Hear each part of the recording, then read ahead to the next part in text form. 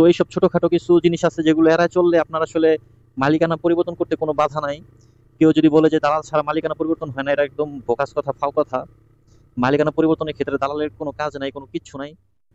হেই, আসসালামু আলাইকুম ভাই brother, welcome to my YouTube channel mister black BD. আজকে ভিডিওর থাম্বনেল এবং টাইটেল দেখে আপনারা বুঝিয়ে ফেলছেন আজকে ভিডিওর আলোচনার বিষয় কি। তো আজকে ভিডিওটি দেওয়ার একটাই উদ্দেশ্য, সেটা হচ্ছে যারা নাকি আমার মতো দালাল ছাড়া বাইকের মালিকানা পরিবর্তন করতে চান তাদের উদ্দেশ্যে করা। আমি যে বাইকটা ইউজ করি এটা আমি সেকেন্ড হ্যান্ড নিছি। এখন সেকেন্ড হ্যান্ড নেওয়ার পরে হচ্ছে এক দালালের সাথে কন্ট্যাক্ট করি যে বাইকের মালিকানা পরিবর্তন করব। তো দালাল বলতেছে 10,000 টাকা লাগবে।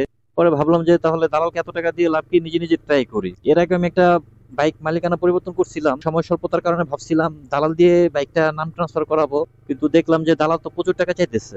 পরে আমি ভাবলাম আমি তো একদিনে 4-5 হাজার টাকা ইনকাম করতে পারি না, তো একদিন যদি একটু কষ্ট হয়ও নিজেরটা নিজে মালিকানা পরিবর্তন করে ফেলি। তো যে ভাবনা সেই কাজ, নিজের মালিকানা নিজেই পরিবর্তন করছি। তো বাইকের মালিকানা পরিবর্তন করতে কি কি কাগজপত্র প্রয়োজন, কত টাকা খরচ হয়েছে, কোন প্রসেসে আসলে বাইকের মালিকানা পরিবর্তন করলে সহজেই কাজটা শেষ করতে পারবেন, তো সেগুলো আজকে তুলে ধরার চেষ্টা করব। তো চলেন শুরু করি। তো মালিকানা পরিবর্তন করতে গিয়ে আমার যেসব জিনিসগুলো প্রয়োজন হয়েছে সেটা হচ্ছে আমার এনআইডি কার্ডের ফটোকপি, আমার ড্রাইভিং লাইসেন্সের ফটোকপি, এবং হচ্ছে আমার 3 কপি ছবি, এবং যে বিক্রেতা তার হচ্ছে 2 কপি ছবি এবং তার এনআইডি কার্ডের ফটোকপি লাগছে।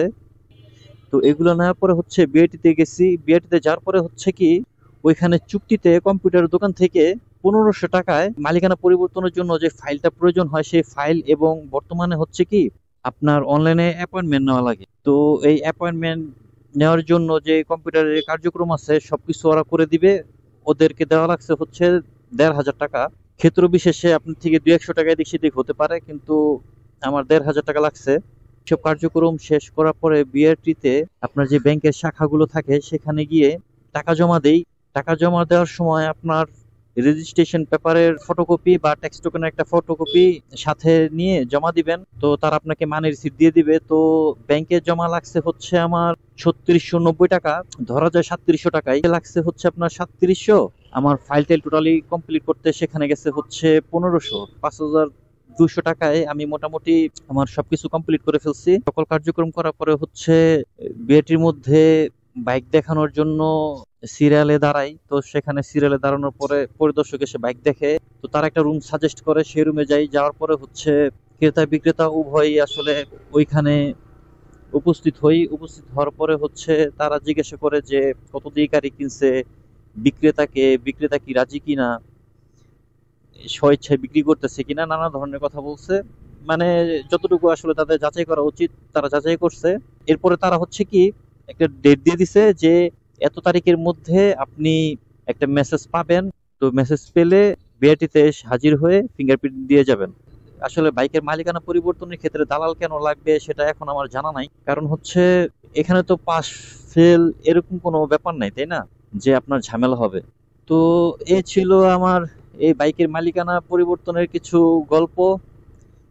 একটা জিনিস না বললেই নয়, সেটা হচ্ছে অনেককে দেখলাম যারা নাকি বাইকের মালিকানা পরিবর্তন করতে গেছে কিন্তু তাদেরটা রিজেক্ট করে দিছে। কারণ হচ্ছে কি যার থেকে সে বাইকটা ক্রয় করছে দেখা গেছে সে আগে একটা সিগনেচার দিছিল, কিন্তু বর্তমানে যে মালিকানার যে ফাইল আছে সেখানে আরেক রকম সিগনেচার দিয়ে দিচ্ছে। তো এই বিষয়গুলোর ক্ষেত্রে হয় কি তখন এটা রিজেক্ট করে দেয়। আবার আরেকজনকে দেখলাম যে তার নাম্বার প্লেট আছে কিন্তু নাম্বার প্লেটের পিছনে যে একটা ডিভাইসের মতো থাকে সেই ডিভাইসটা ছিল না, এর কারণে হচ্ছে তাকে রিজেক্ট করে দিছে, তার বাইকের মালিকানা পরিবর্তন করতে দেয় নাই।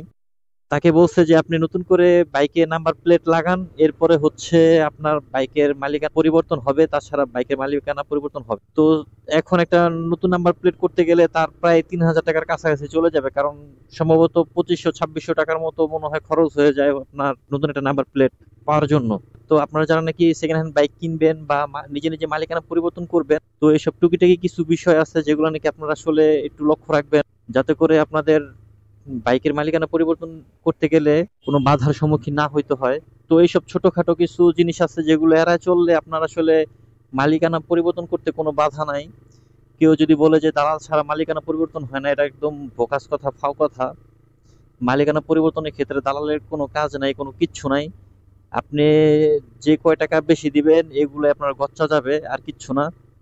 আর চেষ্টা করবেন হচ্ছে মালিকানা পরিবর্তন করতে গেলে একটু সকাল সকাল যাওয়ার জন্য, যাতে তাড়াতাড়ি আপনি কাজগুলো শেষ করে আপনি ওই দিনই অ্যাপয়েন্টমেন্ট নিতে পারেন। আর যদি আপনার ওই দিনে অ্যাপয়েন্টমেন্ট নিতে ঝামেলা হয়, কষ্ট করে করবেন কি, মালিকানা পরিবর্তনের যে সেক্টর আছে এই সেক্টরে যে নাকি আপনি প্রধান, তার কাছে চলে যাবেন যে স্যার আমি অনেক দূরে থেকে আসছি, যদি আজকে অ্যাপয়েন্টমেন্টটা দিয়ে দেন তাহলে ভালো হয়। তো সেক্ষেত্রে আপনার কাজটা হলেও হতে পারে। আমি এভাবে কাজটা করছিলাম। তো যারা নাকি আমার মতো দালাল ছাড়া মালিকানা পরিবর্তন করতে চান তাদের কিছুটা কাজে লাগতে পারে এই ভিডিওটা। কারণ এই ভিডিওতে বাইকের মালিকানা পরিবর্তনের জন্য যতটুকু আসলে তুলে ধরা উচিত আমি চেষ্টা করছি তুলে ধরার জন্য। তো ভিডিওটি যদি ভালো লেগে থাকে একটি লাইক দিবেন, যদি কোনো মতামত থাকে কমেন্ট করে জানাবেন, এবং সম্ভব হলে চ্যানেলটিকে সাবস্ক্রাইব করে সাপোর্ট করবেন। তো আশা করি দেখা হবে নতুন কোনো ভিডিওতে। তো সে পর্যন্ত ভালোই থাকবেন। আল্লাহ হাফেজ।